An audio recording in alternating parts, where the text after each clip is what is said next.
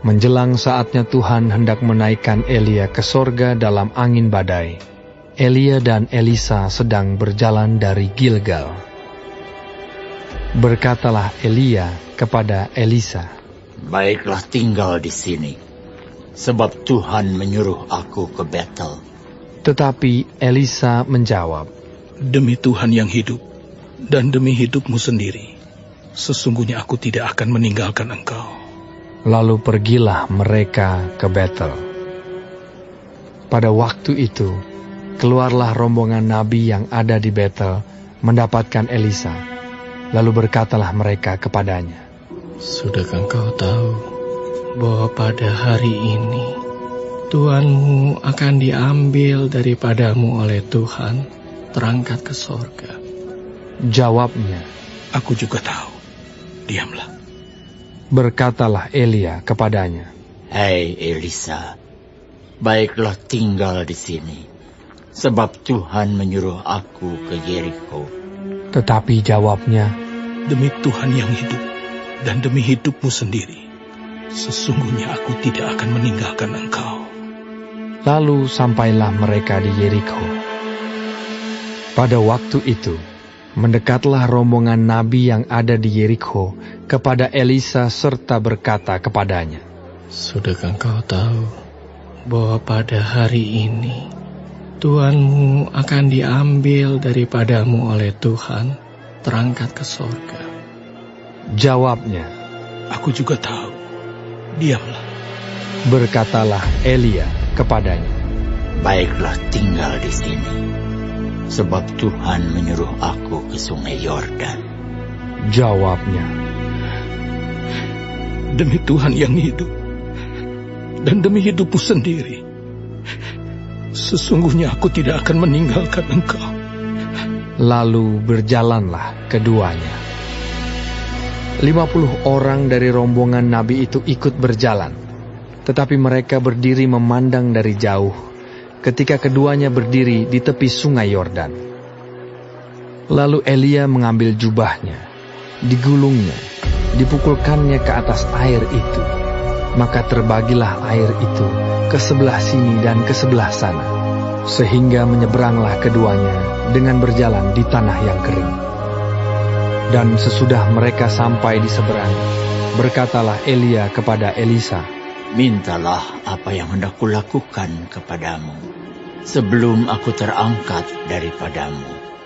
Jawab Elisa, "Biarlah kiranya aku mendapat 2 bagian dari rohmu." Berkatalah Elia, "Yang kau minta itu adalah sukar. Tetapi jika engkau dapat melihat aku terangkat daripadamu, akan terjadilah kepadamu seperti yang demikian. Dan jika tidak akan terjadi." Sedang mereka berjalan terus sambil berkata-kata, tiba-tiba datanglah kereta berapi dengan kuda berapi memisahkan keduanya. Lalu naiklah Elia ke sorga dalam angin badai.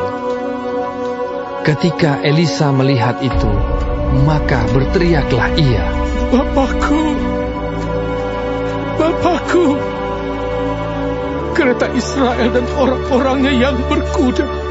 Kemudian tidak dilihatnya lagi, lalu direngkutkannya pakaiannya dan dikoyakkannya menjadi 2 koyakan. Sesudah itu, dipungutnya jubah Elia yang telah terjatuh. Lalu ia berjalan, hendak pulang dan berdiri di tepi sungai Yordan.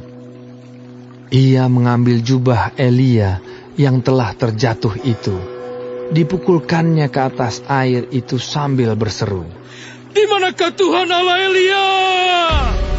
Ia memukul air itu, lalu terbagi ke sebelah sini dan ke sebelah sana, maka menyeberanglah Elisa. Ketika rombongan nabi yang dari Yeriko itu melihat dia dari jauh, mereka berkata, "Roh Elia telah hingga pada Elisa." Mereka datang menemui dia, lalu sujudlah mereka kepadanya sampai ke tanah.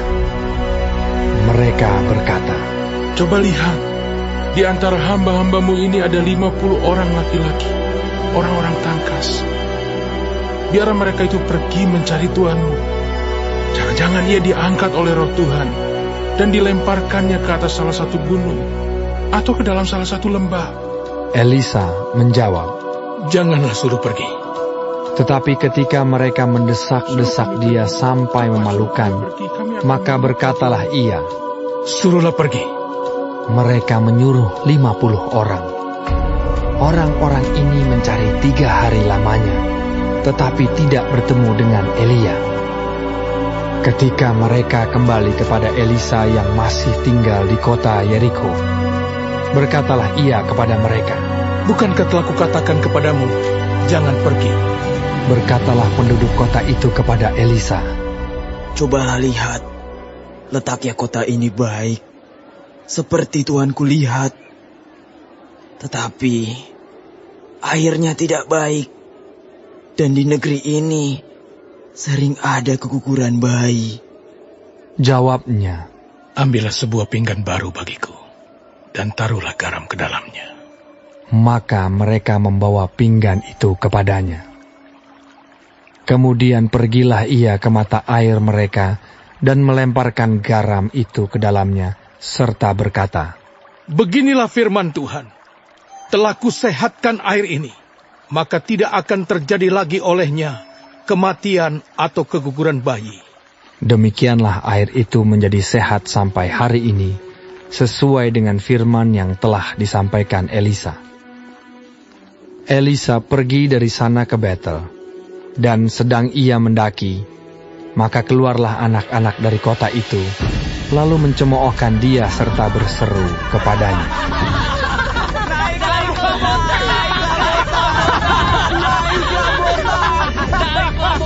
Lalu berpalinglah ia ke belakang, dan ketika ia melihat mereka, dikutuknyalah mereka demi nama Tuhan. Maka keluarlah 2 ekor beruang dari hutan, lalu mencabik-cabik dari mereka 42 orang anak.